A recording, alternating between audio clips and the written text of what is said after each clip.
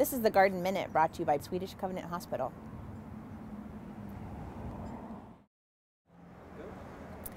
So one thing that you're going to need to consider when you're planting your plot is accessibility. So all of our plots are 4x8 and they have pathways around them, right?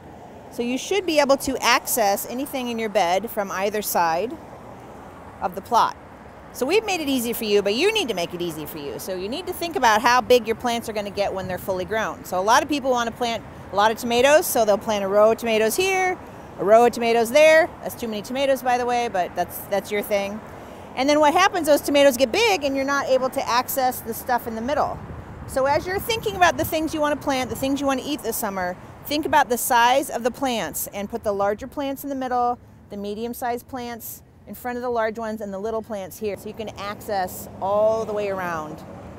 Now another thing you're going to need to consider is things that like to climb. So that's going to be cucumbers, pole beans, other peas, squash. So you're going to want to pick an end of this bed, if you're growing those things, and make a trellis. So when you do that, you're going to build a trellis here at the end, and that's going to give the plants, the beans, or whatever you're growing the opportunity to climb up and use your space wisely. So that's called vertical gardening.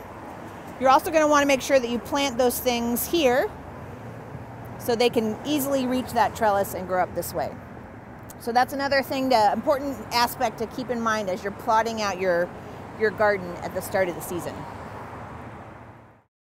This has been the Garden Minute. Special thanks to the Chicago Flower and Garden Show, Swedish Covenant Hospital, and Production One Media.